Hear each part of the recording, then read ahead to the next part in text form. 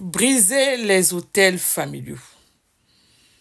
Nous tous, nous savons que il peut y avoir des autels, c'est-à-dire que des pratiques que les parents autrefois faisaient qui peuvent interférer dans notre vie, de sorte à envoyer des blocages et entraîner certains phénomènes. Quand certaines personnes donnent leur vie à Dieu, ils vont dans des congrégations là où on leur rappelle qu'il y a des autels de famille à briser et qu'il faut briser ces liens de famille. De facto, on leur demande dans des prières de délivrance d'offrir, de donner des offrandes pour bâtir des autels afin de pouvoir poser des actions prophétiques, ceci afin de briser les autels de famille. Mais nous allons analyser ce phénomène au regard de la parole de Dieu. Que dit la parole?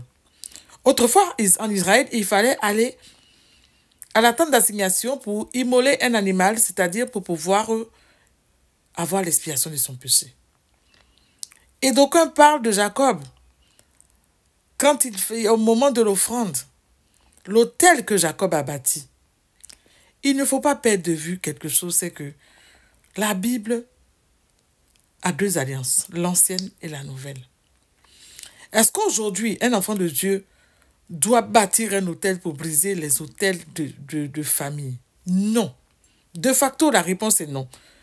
Mais d'aucuns viendront dire que dans l'Ancien Testament, allez reprendre toutes les histoires de l'Ancien Testament pendant que on oublie l'essentiel qui est Jésus-Christ. La Bible déclare que Jésus-Christ a traversé les cieux, non pas avec le sang des boucs, avec son sang. Il a accompli pour nous le sacrifice suprême. D'accord? Le sacrifice suprême a été accompli par Jésus-Christ de Nazareth. Plus besoin de venir bâtir un quelconque autel pour venir briser les liens générationnels de ta famille. La Bible déclare dans Apocalypse 12, verset 11, qu'on a vaincu à cause du sang de l'agneau et de la parole de leur témoignage parce qu'ils n'ont pas craint leur vie jusqu'à craindre la mort. D'accord? Le verset a été paraphrasé. Ça veut dire que quoi?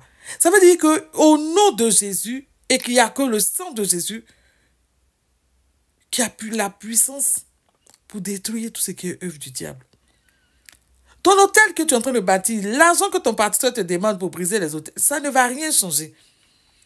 On a comme l'impression qu'on est dans des pratiques autrefois quand nos parents allaient chez les marabouts, allaient donner l'argent, allaient offrir des offrandes. Les pratiques ancestrales ont été transcendées dans l'église et on prend les versets de l'Ancien Testament pour venir corroborer les choses qui ne sont pas vraies. Des choses qui ne sont pas vraies. Où est la grâce? Où est le témoignage de Jésus? Si aujourd'hui, toi, tu dois bâtir un autel pour briser les malédictions générationnelles, ça veut dire que le sacrifice de Jésus à la croix a été annulé par vos actions. Mettez les choses à leur place. Mettez les choses à leur place et mettez Jésus à sa place. Donc, on me dira, mais elle raconte quoi? Donc, ça veut dire qu'on ne prie plus. Mais Dieu nous a donné autorité au moyen de Jésus-Christ de Nazareth. La Bible déclare qu'on l'a vaincu à cause du sang de l'agneau et que Jésus-Christ est monté, il a arraché la clé de séjour des morts au diable. Il a vaincu les trônes, il a vaincu les autorités, il a vaincu les dominations, raison pour laquelle le Dieu lui a donné le nom qui était levé au-dessus de tout nom, afin qu'au nom de Jésus, tout genou fléchit dans les cieux et sur la terre. Vous bâtissez des autels pour briser des malédictions. Il y a un autel qui parle en votre faveur. Jésus-Christ a été mis sur le bois, qui représente l'autel, et il a accompli le sacrifice une fois pour toutes. Considérez comme il est grand le sacrifice de Jésus et arrêtez de donner votre argent inutilement pour briser des choses qui ont été déjà brisées en Christ. Toi qui bâtis les autels, depuis que tu as donné ton argent, tu bâtis les autels, ça t'a changé quoi dans ta vie? Rien du tout. Chaque année, en décembre, on t'annonce toujours les mêmes prophéties. Tu vas mourir, quelqu'un va faire ceci, quelqu'un va faire cela. Et les choses n'évoluent pas.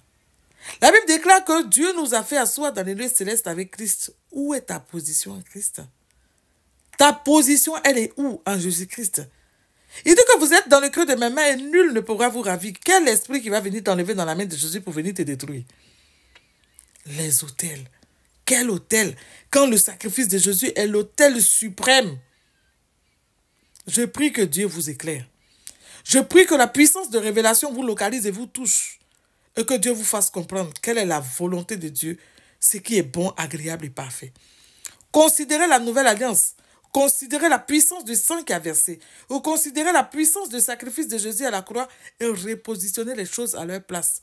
Parce que Christ est notre autel ultime, l'unique, le dernier, qui parle en notre faveur et qui annule par la puissance de son sang toute imprécation, toute invocation satanique et démoniaque. Soyez bénis.